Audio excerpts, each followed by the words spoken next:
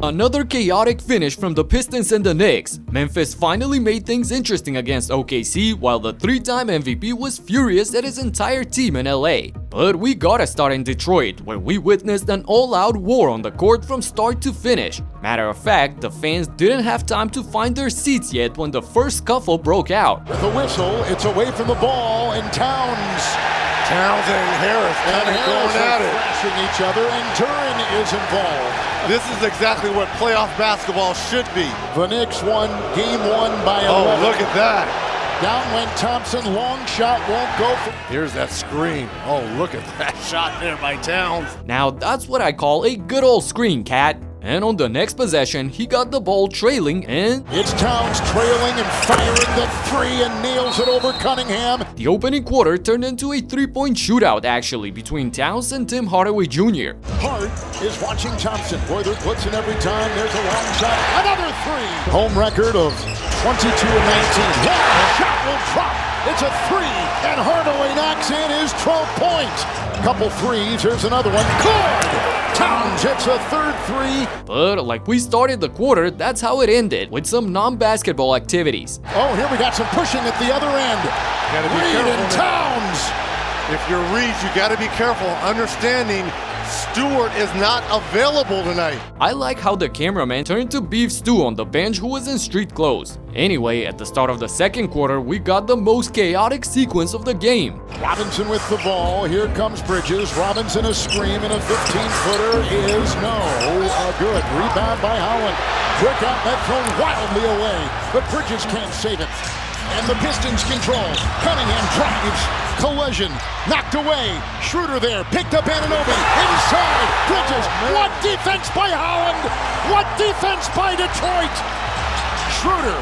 Corner. Beasley. Three. No. Rebound pulled down by Bridges off to Payne. Beasley continues to struggle. What's going on? Bodies are flying up and down the court, and both teams showcase an amazing effort and sacrifice for 40 seconds straight before Mitchell Robinson fouled Cunningham to stop the high-intense pursuit. And Hardaway Jr. stayed perfect from distance, 5 of 5 to take the first lead for Detroit, and the crowd erupted. Hardaway 4 of 3. What a move and split there by Cade Cunningham. 3-on-2, Hardaway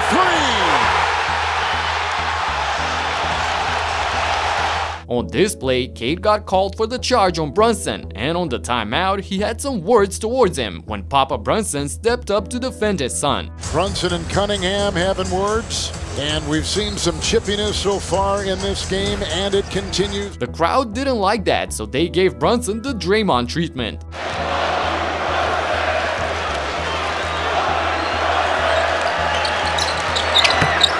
The chanting and the booing continued all throughout the game, but that didn't bother Jalen as he and Cat got the Knicks up by double digits in the middle of the fourth. Brunson will size him up, curl, and fire. Timeout taken, New York. Shot clock is down to 5. Towns into Schroeder. Easy work. New York's duo was huge in this game with 30+ points each. However, the Pistons wouldn't stop grinding and made things interesting in the clutch. With a three, got inside Anunoby, leaves, knocked away by Reed. Picked up inside by Hills. Here come the Pistons on the fly. Down by 8. Cunningham, corner, Schroeder, three, yeah! Harris here, over Brunson for 2. An 8-0 run closed the gap to just 3 points and forced Tibbs to call a timeout. So Cat and Brunson responded in the best possible way. Schroeder trying to defend Brunson. 15-footer, pure! Detroit has relied on.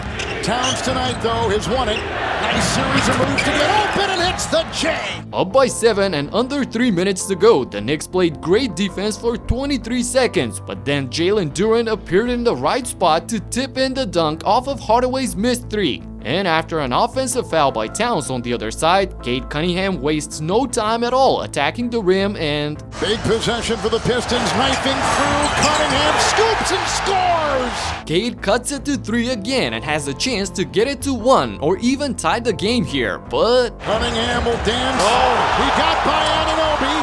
Slipped He out of his lost it hand. inside. Towns gathers it.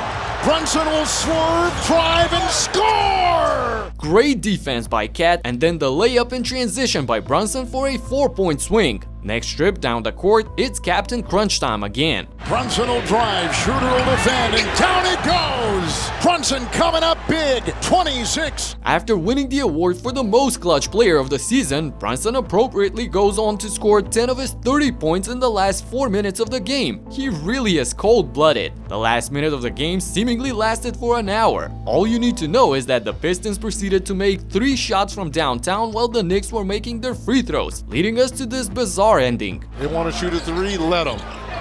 Harris will put up a 3. That is down.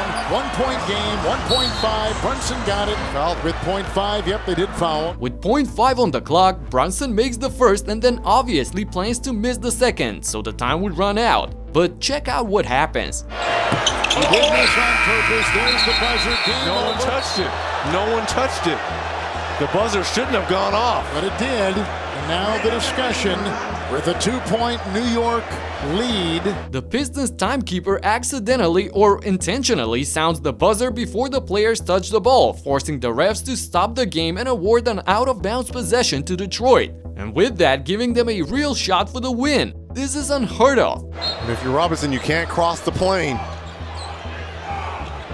It's off to Cunningham. It's a bad pass. It's out of bounds. Man, New York finally surviving the thriller ending to return the win on the road and get a 2-1 lead. With this version of Cat being physical on both ends of the court, my hopes are back for the series, honestly. In Memphis, following 2 crushing defeats by a total of 70 points at the hands of the Thunder, the Grizzlies returned home angry for redemption and desperate to win. So Ja Morant took matters into his own hands.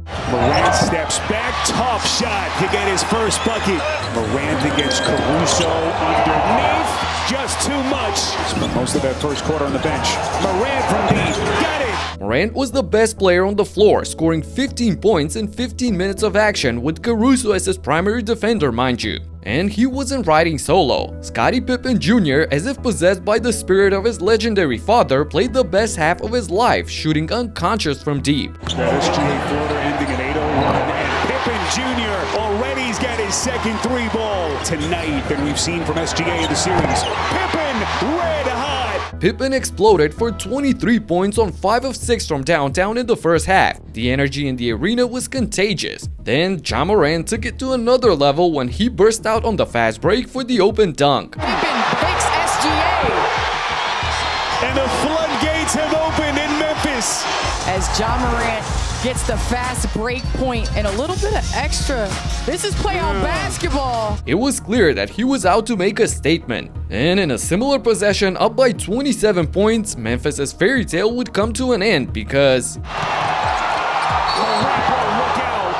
Oh boy. The contact from Dort and Morant is still down. geez, that was ugly to watch. First Jimmy, now Morant. It's such a pity for a big-time player to end the game like this. I hope he's okay. This was ruled as a common foul by the refs, and Ja returned to shoot the free throws but then left the game in obvious pain for good. As I said, things started shifting into OKC's direction rapidly.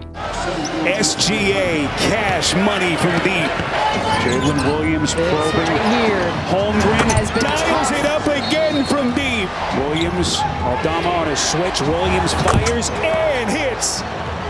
Holmgren, with 16 of his 24 points in the third quarter, narrowed the lead to 12 going into the final period. And once they got there, the #1 defense in the league stepped up and held the Grizzlies to just 13 points total. Jackson turns, attacks.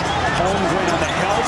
Look at Caruso all over the place. You see what he has done after a quiet first half. Caruso still throwing his body all over the gym. He's got to be careful. 5 seconds to shoot. Here comes Bane, a driving kick. Aldama. Off the front iron, rebound Dort, and they have gone stone cold. Chet continued with his offensive clinic in the second half and tied the game with less than 3 minutes to play. Into the paint. Holmgren. We are knotted. Memphis looked completely disoriented in the second half without their leader, and on this crucial play, down by 3, they got 2 chances to tie the game, but Conchar in the game, Bane into the corner. Here comes Kennard to the rack. A little bit of contact, gets it to Conchar. that short. Rebound, Holmgren. Now you got a foul. Ahead of the pack to Caruso all by himself. That'll get it to a 5-point lead.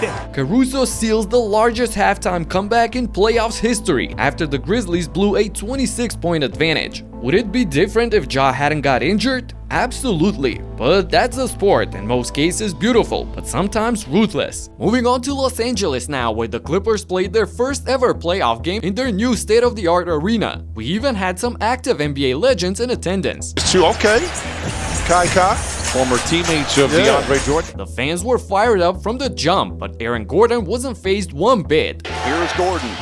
Mid-range jumper off the window for Aaron Gordon. Aaron Gordon, second consecutive possession. Offensively tonight cannot be overlooked. Gordon, another look. He's got a quick 11 here. AG racked up 11 points in 5 minutes, torching the Clippers defense and silencing the crowd early. And Denver surged ahead to a 7-point lead with 3 minutes to go in the first half. But then the momentum took a sudden and sharp swing into LA's favor. Harden with 95 seconds in the quarter. Harden off the window. Harden with 6 on the clock. Step back. Harden. Good! Harden's catching fire. Harden's got 13 in the quarter. Batum from 3. Good! Led by a vintage James Harden performance, the Clippers exploded. What was a 7-point deficit turned into a 7-point lead in the blink of an eye. And they didn't stop there because... Leonard off on a 3. Zubac's there for the putback. Zubac him inside, they gotta find him. There they do. And he answers. A 20-2 Clipper run. Bogdanovich, who's played sparingly over the first 2 games, to Jones.